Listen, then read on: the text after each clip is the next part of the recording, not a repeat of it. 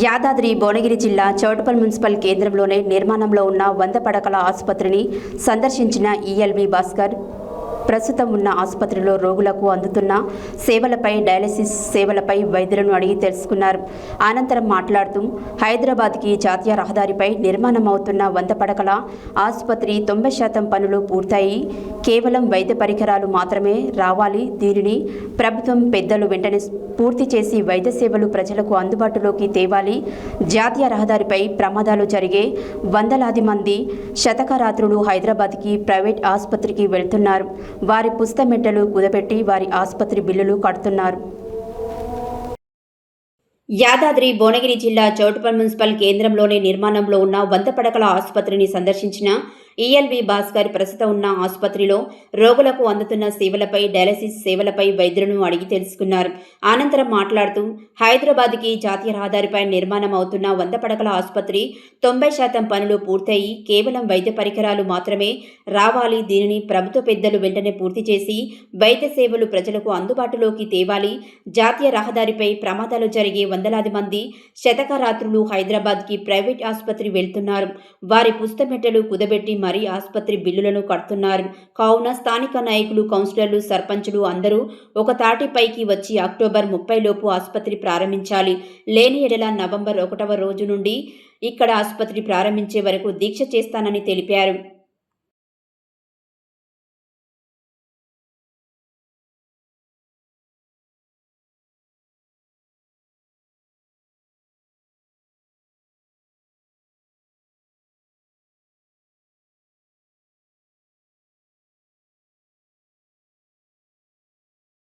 కాబట్టి అందరూ బాగున్నారు. బిల్డింగ్ కూడా రెడీ అయిపోయింది. దాంట్లో రావాల్సిన ఎక్విప్మెంట్ రాలేదంట. కాబట్టి నేను అందరికీ చెప్తున్నా ఏంటంటే అక్టోబర్ 30 లోపల ఈ హాస్పిటల్ ఓపెన్ కావాలి.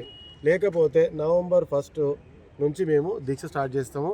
అంటే 1 రోజు 2 రోజులు ఏదో నేమ్ సేకు నామమాత్రం దీక్ష కాదు, ఇక్కడే బైఠాయిస్తాము హాస్పిటల్ ఓపెన్ అయ్యే వరకు. కాబట్టి అందరినీ రిక్వెస్ట్ చేస్తున్నా, మా కౌన్సిలర్లని, సర్పంచులను, ఉప సర్పంచ్, చుట్టుపక్కల ప్రాంతాలందరినీ. ఎందుకంటే ఇది ఒక 150,000 మంది జనాలు నివసించే ప్రాంతం ఇది. కాబట్టి దీంతో డిపెండ్ అయిన మండలాలు కూడా ఉన్నాయి. చుట్టుపక్కల వలిగొండ నుంచి రావచ్చు, నారాయణపూర్ రావచ్చు, పోచంపల్లి నుంచి రావచ్చు, ఇంకా మునుగోడు నుంచి కూడా రావచ్చు. కాబట్టి దగ్గర 2-3 లక్షల మంది డిపెండ్ అయిన ఇట్లాంటి హాస్పిటల్ని మనం త్వరగా పూర్తి చేసుకుంటే ఎంతో మందికి ఉపయోగం అవుతుంది. ఎంతోమంది పేదల్ని మనం కాపాడడం అవుతాం. కాబట్టి అందరికీ రిక్వెస్ట్ చేస్తున్నాను. మన ఎమ్మెల్యే గారికి కూడా ప్రత్యేకంగా రిక్వెస్ట్ చేస్తున్నా, రాజగోపాల్ రెడ్డి గారికి, అన్న తొందరగా ఇది పూర్తి చేయండి. ఎంతోమంది పేదలు మిమ్మల్ని స్మరించుకుంటారు.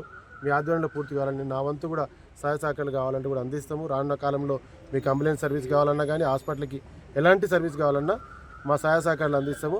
కానీ మళ్ళొకసారి చెప్తున్నా, 30 తారీఖే డేట్, అక్టోబర్ 30. నవంబర్ 1 నుంచి మాత్రం అల్టిమేట్గా మొత్తం మా యువత అందరం కూర్చొని అందరం మొత్తం నల్గొండ నుంచి అందరూ వచ్చి కూర్చొని ఈ హాస్పిటల్ కోసం పోరాటం స్టార్ట్ చేస్తాం. పోరాటాలు వద్దు అని మేము మా నుంచి రిక్వెస్ట్ చేస్తున్నాము. ఆ లోపల పూర్తి కావాలని మీ అందరికీ మా ఈఎల్వి టీం అందరి సైన్యం నుంచి రిక్వెస్ట్